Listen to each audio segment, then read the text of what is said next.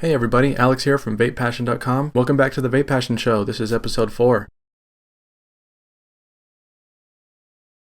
Alright, so like always, we have a lot to cover, so let's just jump right into it. First, I came across this article talking about Representative Tom Cole, a Republican from Oklahoma. So he assigned H.R. 2058 last April to a congressional committee to amend the Federal Food and Drug and Cosmetic Act, which would change the date to exclude vaping products that were deemed as tobacco products by the FDA and the Family Smoking Prevention and Tobacco Control Act of 2009. So the way the bill is proposed right now is that anything before 2007 is exempt from the deeming regulation. Which pretty much leaves nothing. Representative Tom Cole, he assigned H.R. 2058 last April to amend this proposal to change the date. So really what this article is talking about is that the momentum is building for this amendment so that the people are really coming out and understanding and supporting this bill and helping people understand how important this bill is, which is great. And I think everybody should be supporting this. And what this article calls out here at the end is that there are now 48 representatives, all Republicans, co-sponsoring H.R. 2058. So I think it's really important that right now you contact your state representatives and tell them how you feel and why this is so important. This really could be one of the things that saves vaping. So this next one is from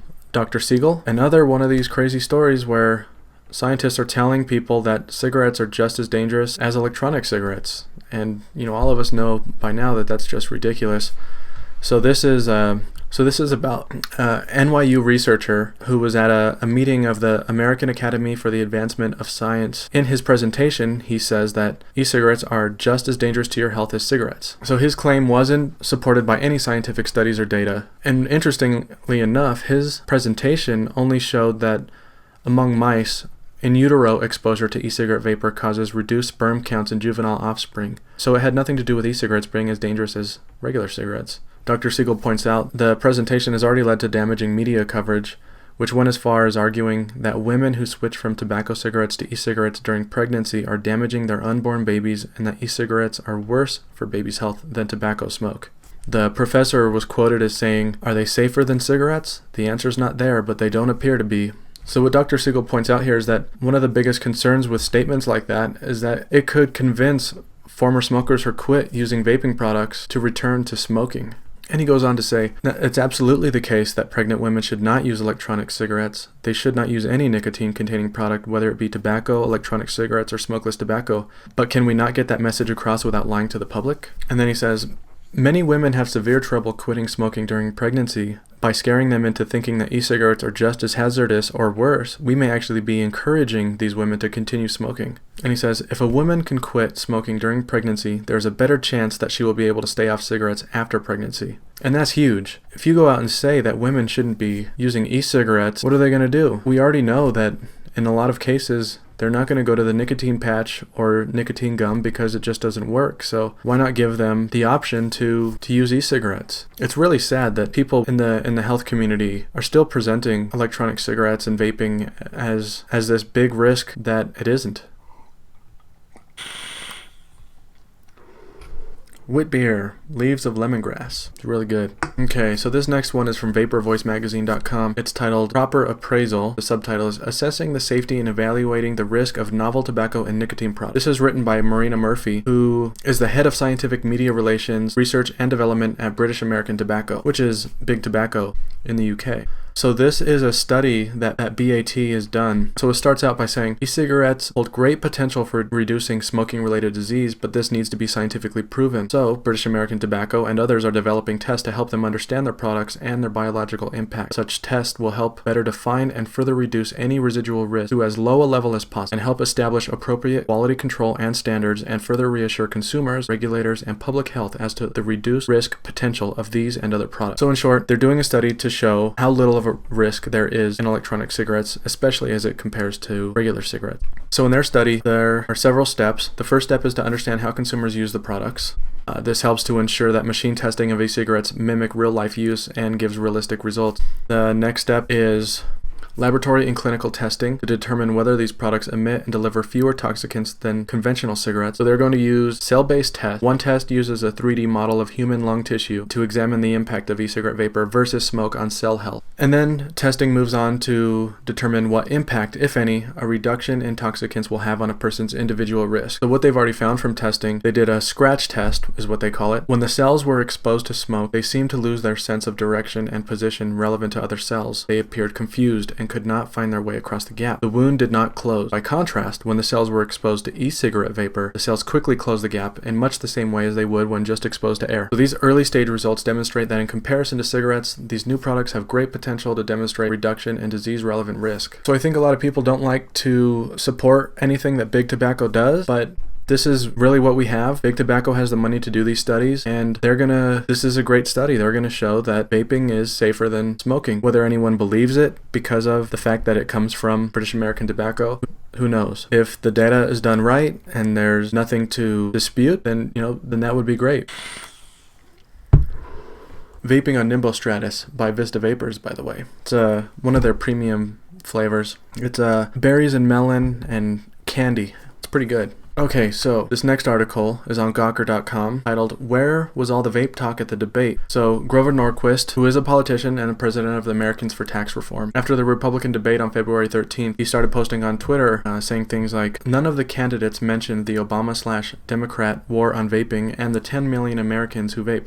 Missed opportunity." And a following tweet that said, "Hillary, Dems, and the FDA have declared war of annihilation against vaping. That is 10 million Americans so threatened, enough to swing election." Someone named Kirill Ugorov, he said, "Also, today I learned that Grover Norquist vapes, because otherwise, why would he care so much?" And Grover Norquist, he responded to that saying, "I do not vape, but I see a constituency for liberty and support it." So I think it's really great to have someone who's a non-smoker, non-vapor, supporting vaping.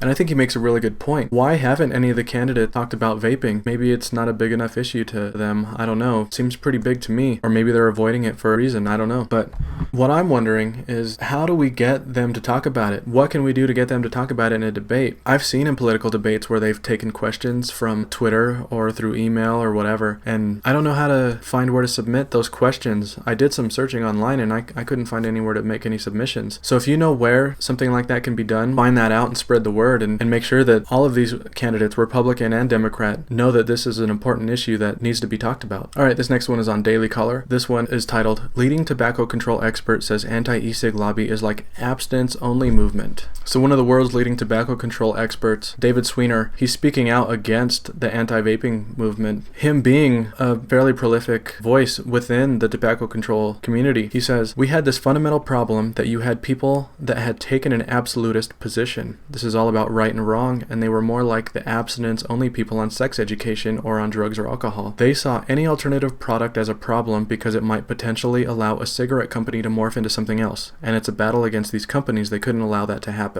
He points out that he was involved in a whole range of things with smoking on the policy economic front, things like increasing tobacco taxes, reducing points of sale, getting cigarette bans in hospitals and pharmacies, getting rid of countertop displays, Powerball displays, getting rid of cigarette advertising, sports sponsorships, cultural sponsorships, smoking on airplanes and at grocery stores, workplaces, elevators, pretty much everywhere. So he makes it clear that he is a part of the anti-smoking movement and a longtime opponent of major tobacco companies. And he says that one of the original goals of him and his colleagues was tobacco harm reduction, not prohibition. But he says now the anti-smoking movement has undergone a radical change, with a split occurring between those who favor harm reduction and those who want the public to give up nicotine altogether. And he was quoted as saying, "Why is it that the same people, if you say, 'What do you think about sex education for teenagers?' or 'What do you think about giving people access to diet things rather than sugary drinks?' they're all on board. They have no problems with these sorts of things. And you say, 'And what do you think about the idea of allowing smokers to get the nicotine today that won't kill them?' And they get really upset about the idea." And he says, "I think a lot of people are very well-meaning, but they have very rigid morality. They saw the world in terms of black and white, right and wrong, and they saw this battle not so much as a public health battle, as a political battle against companies." So he made a lot of great points there, especially about how when him and his colleagues originally got into the field that they're in, they were all about harm reduction. And then somehow along the way, all they think about is prohibition now. They don't want to allow it. They don't want to allow adults to make up their own minds on whether or not they should use nicotine. So he compared them to people who are all about abstinence. And to most people, that's a little overboard. And I think that's how we're all feeling here about vaping. And with all of these anti-tobacco people wanting to ban vaping, prohibit vaping, it's just a little bit too far. Especially with how much we know about vaping now and how many people, whether anecdotal or not, are quitting smoking by using electronic cigarettes, and the research showing how much safer it is than tobacco, than cigarettes. It's just amazing. They could really, all of these anti-tobacco people really could learn something from this guy. Okay, moving on to another blog post from Brad Rodu. This one is titled Through with Chew Week. Don't be fooled. Every third week of February every year, there is an annual Through with Chew public relations campaign where tobacco prohibitionists are promoting campaigns to scare people away from using smokeless tobacco. He talks about how people are publishing unscientific and unsubstantiated claims about smokeless tobacco, and he goes through 7 different claims and then discusses the facts about each of them. So I'm going to try and quickly go through these. So claim number 1. Chew products deliver a higher dose of nicotine than cigarettes, making the product more habit-forming. The fact: the amount of nicotine that smokeless tobacco delivers is irrelevant because chewers and dippers use products in different ways that satisfies them. And also, there's evidence from one of the world's foremost authorities on nicotine addiction that smokeless tobacco is less habit-forming than cigarettes. Claim number 2. Smokeless spit tobacco contains over 2,000 chemicals. The fact: every natural product, including coffee, contains thousands of chemicals. A product's chemical composition is unimportant if it carries little or no risk. Like coffee, smokeless tobacco fits in that category. Claim number 3. Chew contains at least 28 chemicals that have been found to cause cancer. The fact: almost everything we eat contains cancer-causing chemicals, but they are in trace levels that present no risk. Numerous scientific studies prove that there are vanishingly small levels of carcinogens in modern smokeless tobacco products. Claim number 4. Harmless effects of smokeless tobacco include mouth, tongue, esophageal, and throat cancer, stomach, and pancreatic cancer. The facts: according to dozens of published studies, the risks for these cancers are not elevated. Claim number 5. Harmful effects of smokeless tobacco include increased risk of heart disease, heart attacks, and stroke. The facts: among the many risk factors for heart disease and stroke, smoking is one of the biggest. That is not the case with smokeless tobacco. When the American Heart Association conducted an extensive investigation of smokeless tobacco and heart disease, it found almost nothing. Claim number 6. Harmful effects of smokeless tobacco include leukoplekia, which are white sores in the mouth that can become cancer. The fact: white patches are common in chewers and dippers, but they are nearly always benign. The link with mouth cancer is virtually zero. And lastly, claim number 7.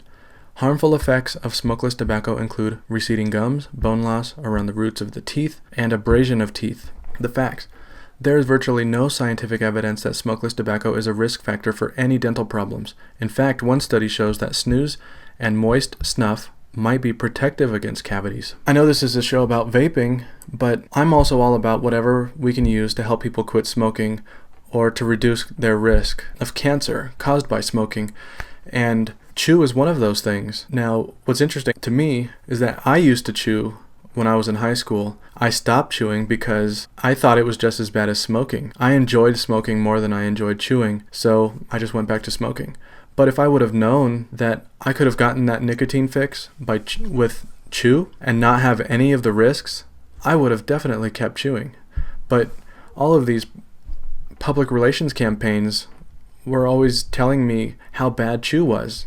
And I really just think that for anti-tobacco people to say things like that is really irresponsible and dangerous. Okay, moving on to a weird one. Now, I don't know how true this is, so I found this on SundayWorld.com. A Reddit user, Omega Tigbitties, he posted on Reddit asking users to help and figure out a problem with his e-cigarette. He says, "I went to grab my juice. Since I haven't vaped in about a week, my juice just sat there and it looked more liquidy than normal. I continued to fill my tank, soaked the wick, and took a hit. What the fuck? The taste I was getting was a mix of dog piss and grape, and no clouds came out. I tried again and again, gagging at the taste, but to no avail. Someone tell me what's going on?" So he posted that, got some responses, but then a couple of days later, he published an update. So he posted a picture of a text message that his dad sent him. His dad said, "What a shame. They just don't make them like they used to. Must be the Chinese." And then the dad, he says, "Well, when pissing in the vaping fluid doesn't do the trick, then a guy has to resort to the hammer." And the image that he posted was his Kangertech Subbox Mini smashed into pieces with a hammer. So his son responded, said, "Did you really piss in it? Vaping ammonia is pretty dangerous, more dangerous than juice." And the dad said, "The world is my toilet. Vaping bottles are my favorite." So this crazy dad so badly does not want his son to vape that he is willing to piss in his e-juice. That's just way too far. That's really a crazy story. I don't know if it's true or not. It sounds like it's true.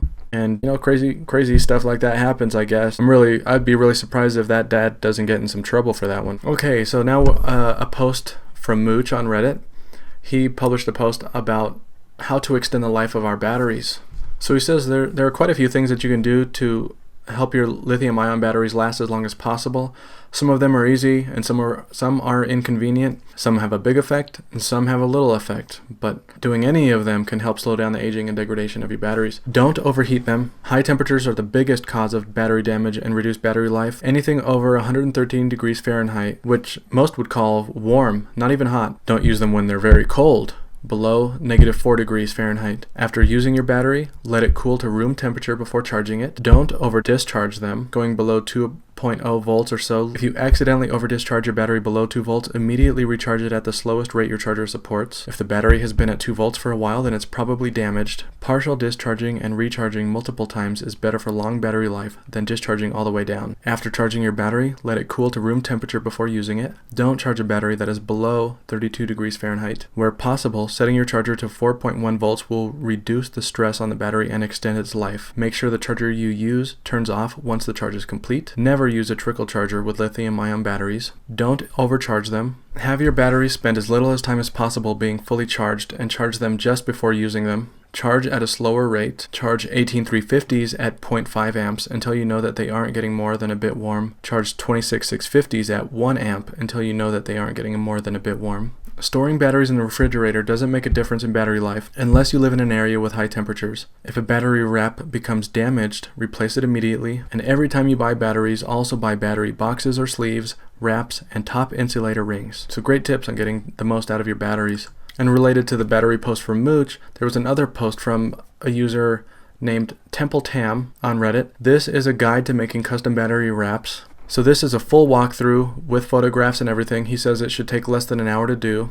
I'm not going to go through the whole process because it's a pretty long tutorial. He tells you what you need, he gives you a template, what types of paper you should use, and then he shows the final result. So it's really cool because, you know, batteries usually look pretty ugly, so it's nice to make them match your mod, or you can even add designs so that they're easy to tell apart. And if you're the kind of person who keeps batteries for only one mod and you don't want to get them mixed up and use them in another mod, it's a very cool post. Check that one out. Alright, and this last one on another one on Reddit.